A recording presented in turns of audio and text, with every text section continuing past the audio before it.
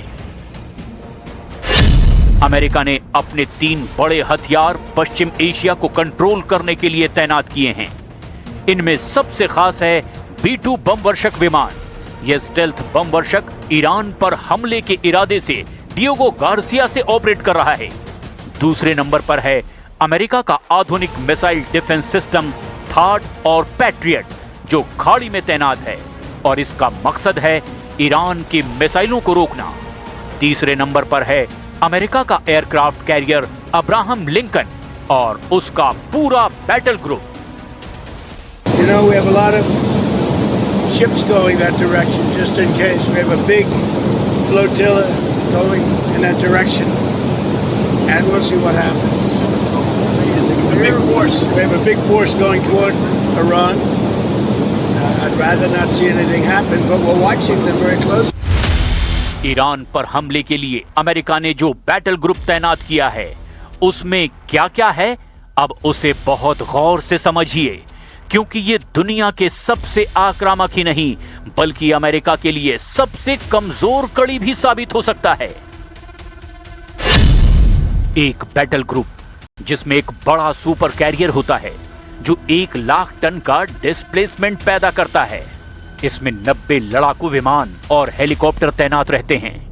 इसमें तिकोन देरोगा क्लास का missile cruiser होता है। इसमें आर्लेक बर्क क्लास की 3 से 4 मिसाइल डिस्ट्रॉयर होते हैं। ऐसे बेड़े के साथ रसद के लिए सप्लाई शिप भी रहते हैं। साथ में पानी के अंदर दुश्मन को रोकने के लिए एक परमाणु पनडुब्बी भी होती है। लेकिन ये बड़ी ताकत ट्रंप की बड़ी कमजोरी भी बन सकती है, क्योंकि ईरान के पास वो ताकत है जो अमेरिका की इस तबाही मशीन को राख में बदल सकती है। अगर ऐसा हुआ तो ट्रंप की कुर्सी तक हिल सकती है। ईरान बार बार बता रहा है कि वो खाड़ी में अमेरिकी अड्डों के अलावा उसकी नौसेना को भी टारगेट करेगा।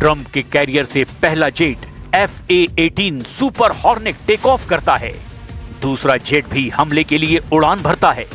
फिर हथियारों से लैस तीसरा जेट भी रफ्तार भरता है।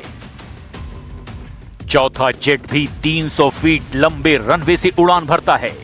पांचवा जेट भी इसी रफ्तार से आसमान की तरफ बढ़ता है।